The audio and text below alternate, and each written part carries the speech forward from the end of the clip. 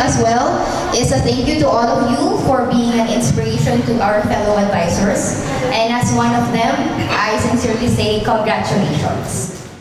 To all of us, enjoy the event because you deserve to be here. Nag-contribute po kayo. And you very much are to celebrate. With that, we officially welcome each and everyone. Excelsior!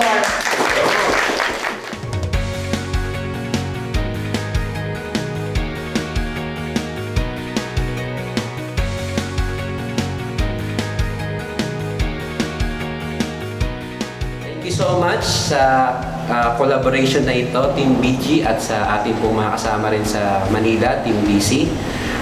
Congratulations and thank you, Excelsior BG.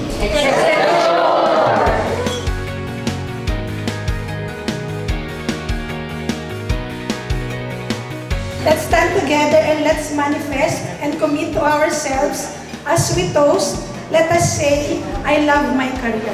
I love my career.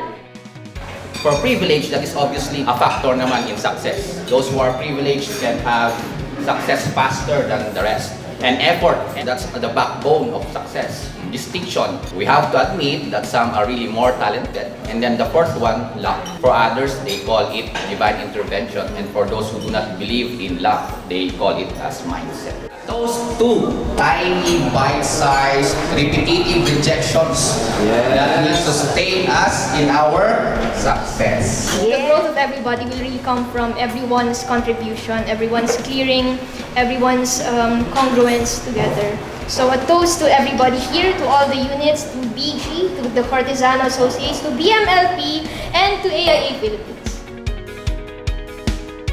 Always inspire yourself. Always make yourself happy kasi sometimes we forget to be happy.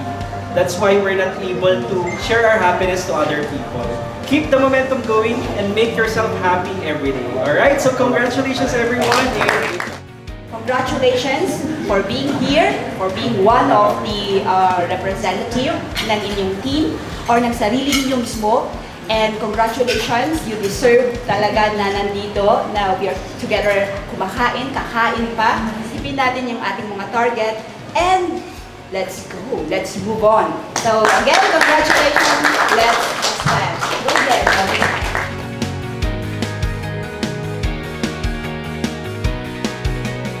In terms of our skills, our knowledge, our personality, I believe marami sa atin dito, may mga pinagdaanan din, yes?